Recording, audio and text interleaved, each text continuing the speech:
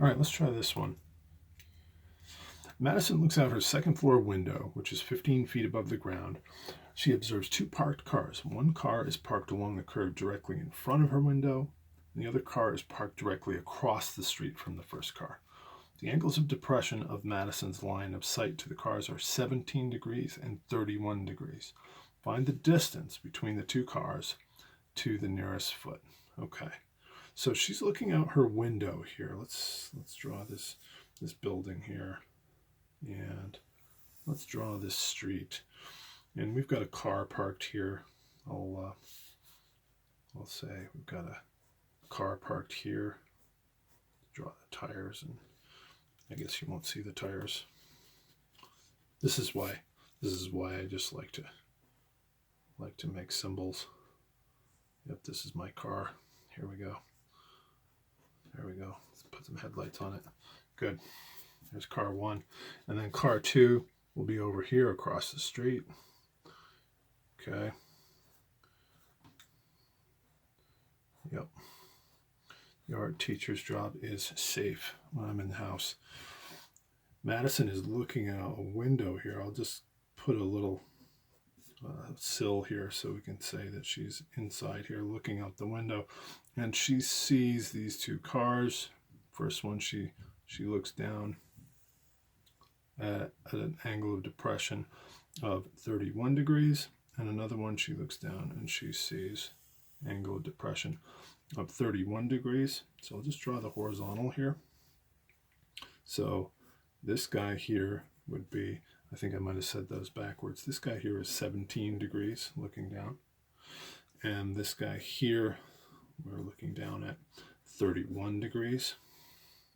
Okay, and they want us to find the distance between the two cars to the nearest foot. Okay, this sounds a little bit like the last problem.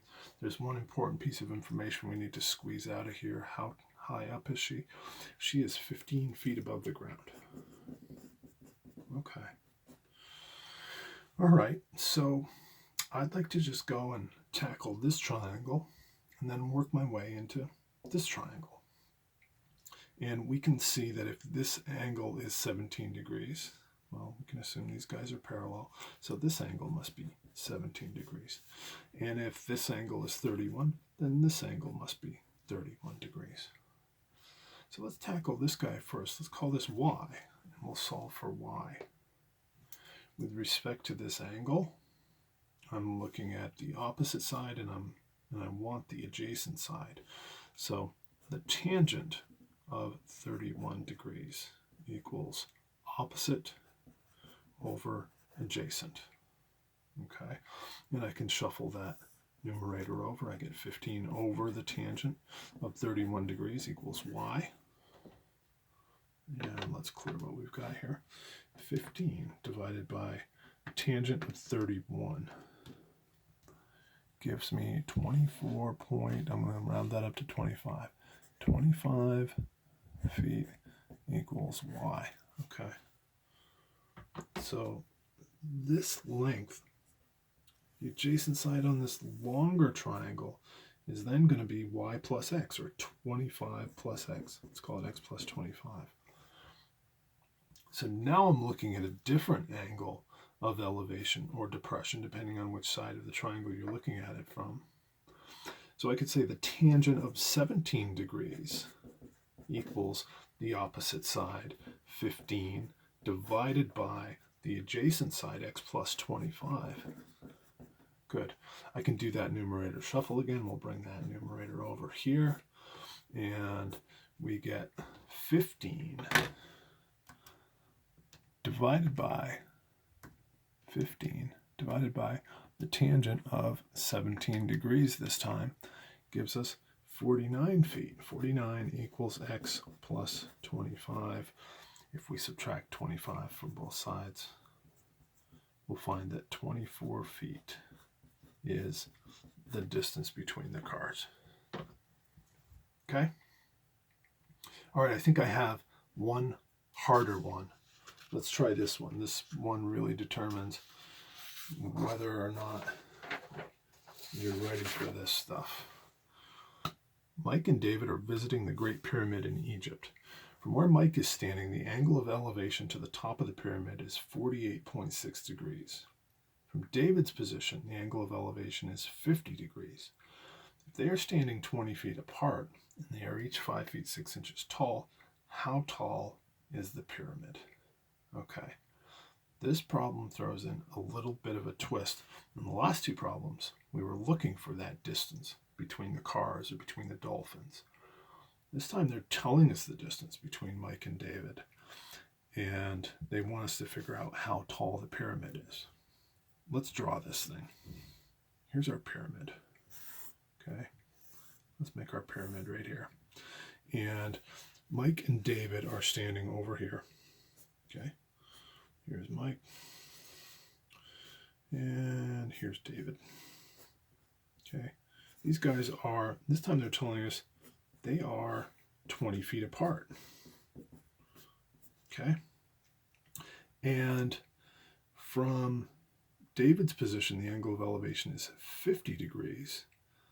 And from Mike's position, it's 48.6. So this guy's looking up at a steeper angle. This must be David.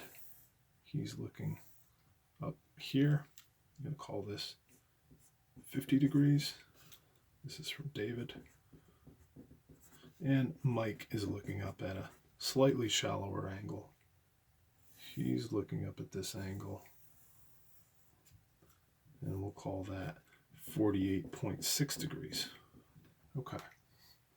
So I'm going to just go ahead and solve these triangles and add 5 feet 6 inches when I'm done. The triangles I'm looking at are in here inside the pyramid.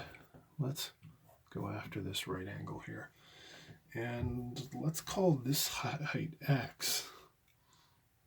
And the real height H that we're after is just X plus 5'6". So we'll call that H. But let's really go after X. If we get X, we've got everything.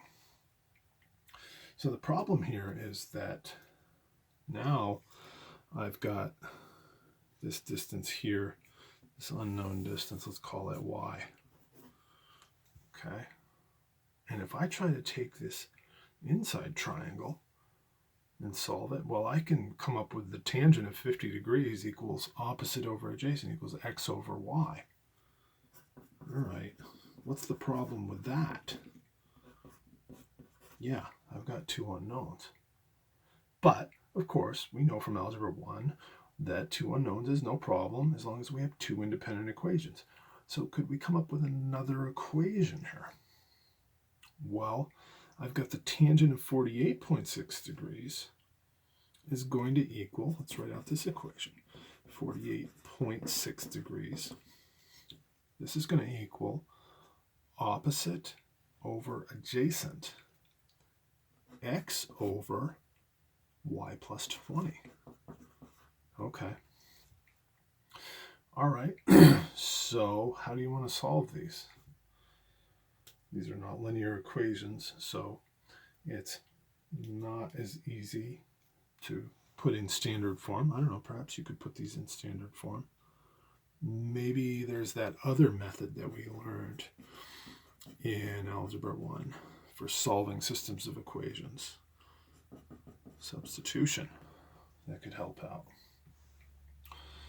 Could we solve this for X or Y and then plug it into the other equation? Do you want to go ahead and solve it for X? If we multiply both sides by Y, we're going to get Y times the tangent of 50 degrees equals X. Could we take that and substitute it in over here for X? And we eliminate one of those variables. So now we have the tangent of 48.6 degrees equals Y times the tangent of 50 degrees over Y plus 20. Yep, we can do that. How are we going to solve this for Y? Well, don't forget, this is just a number. And when you first start working with trigonometry, you see these letters and you think, oh, they're variables, but they're not. Tangent of 48.6 degrees is a number. We can turn that into a number. And really all we have left is y in this equation. So why don't we go ahead and multiply both sides by y plus 20. Okay, we'll multiply both sides by y plus 20. Okay, so we get the tangent of 48.6 degrees times y plus 20 equals y times the tangent of 50 degrees. And if you want, you can go ahead and turn these into decimals, or you can distribute them first. I think this might be a little neater if we just go ahead and clean it up and turn these into decimals. The tangent of 48.6 degrees is just a number, 1.134. So I'm essentially distributing 1.134 across these grouping symbols. I get 1.134y plus 1.134 times 20 is 22.686. And this equals y times, I'm going to go ahead and figure out what the tangent of 50 is. That's just a number. Tangent of 50 is 1.192. Okay? And you might want to write that. It's nice to write your variables with the coefficient out front. It just becomes a coefficient. 1.192 y. Okay. So we can subtract 1.134y from both sides, and we get 22.686 equals 0.058y. And we can divide both sides by 0.058. And we're going to get, let's see, 0.058. We get 391 equals y. And what were our units? We were talking about, we're talking feet. 391 feet equals y. Okay, so if x is 391 feet, then the height of the pyramid is 391 feet plus 5 feet 6 inches. So we're talking 396.5 feet. Okay. All right. That is angles of elevation and depression. Hope you guys found that helpful. When you get to these, I don't know if they're example 4 or example 5 problems in the homework, they are a little harder. They are going to require you to synthesize all of that cool stuff you learned in algebra in terms of solving systems of equations. These are really good problems to practice because they are going to throw you some of these on the SAT, and you should be able to crack them. So try those out, and I'll have more trig lessons coming up. Thanks, guys.